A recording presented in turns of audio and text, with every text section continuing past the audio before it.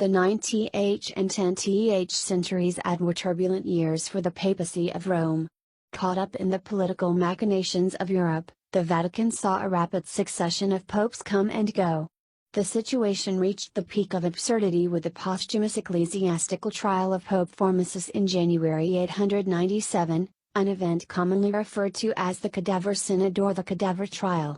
9 months after Formosus died, his body was exhumed and made to sit on a throne so that he could face the charges levied against him by the then Pope Stephen VI.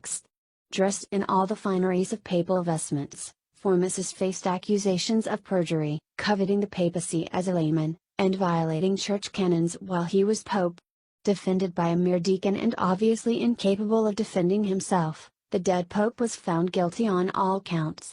Formosus was born around 816 AD in the papal state of Ostia.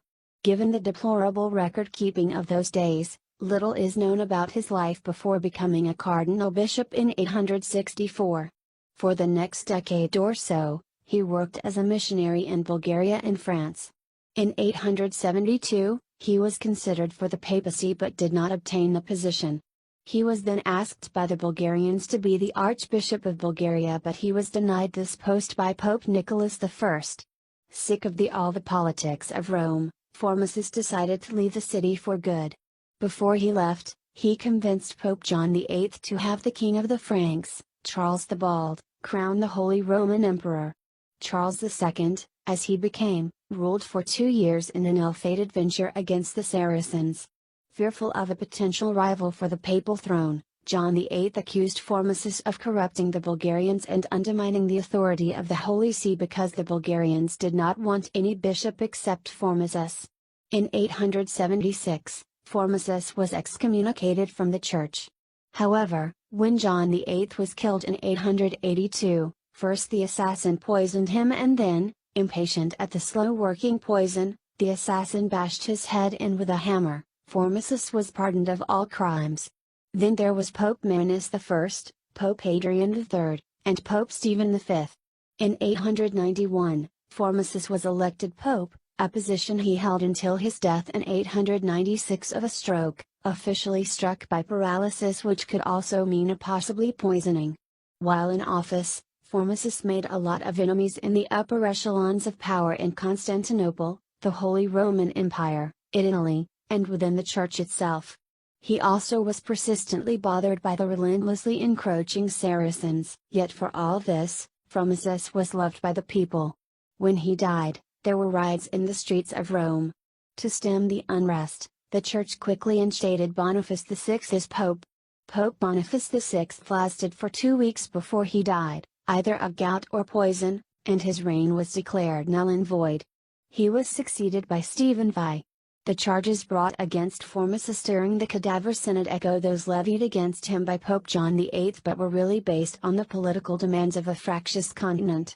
The reason so many popes came and went, and why so many of them were assassinated, was because secular kingdoms and fiefdoms would support a candidate for the papacy in order to reap the benefits of a preferred papal allegiance. During his reign, Formosus had supported Arnulf of Carinthia in a bid for the imperial crown of the Holy Roman Empire. Pope Stephen VI supported Arnulf's rival Lambert of Spoleto. Spoleto was one of the most powerful families in Rome at that time. Formosus was in the act of raising an army against the house of Spoleto when he died in 896. Arnulf also died in 896, at which time Lambert, who was 16 at the time and was most likely a mere pawn for his overly ambitious parents, came to Rome to receive the imperial crown from the newly ordained Pope Stephen VI. This is the main source of the Cadaver Synod. However, other factors were at work. First, Stephen V, who personally presided over the trial, may have been insane, officially, induced by an evil passion. Additionally, Lambert of Spoleto and his influential mother, the Lombard princess Agiltrude, still bitterly hated Formosus and may have pressured Stephen V to humiliate the former pope. No record from the trial exists.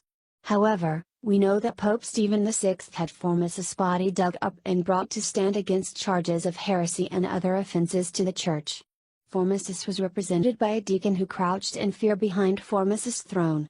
The deacon assigned to speak for him hunkered down on his hands and knees behind the throne to answer on Formos's behalf. When clearly leading questions were asked, such as why did you usurp the papacy?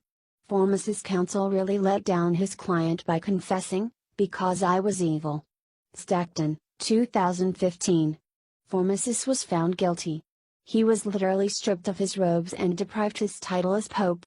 Then they cut off the 3 fingers he used to bless people and reburied the naked corpse in a commoner's grave. This was all too much for the people, already sick of the intrigues of the church. They demanded Stephen VI to be removed and a proper pope be instated. Stephen VI was thrown in jail and later strangled in August 897. Lambert of Spoleto died in 898 either by assassination or by falling off a horse. Princess Agiltrude, also spelled Ageltrude, took over the management the significant holdings of the House of Spoleto and ran them very well until her death, of natural causes, in August 923.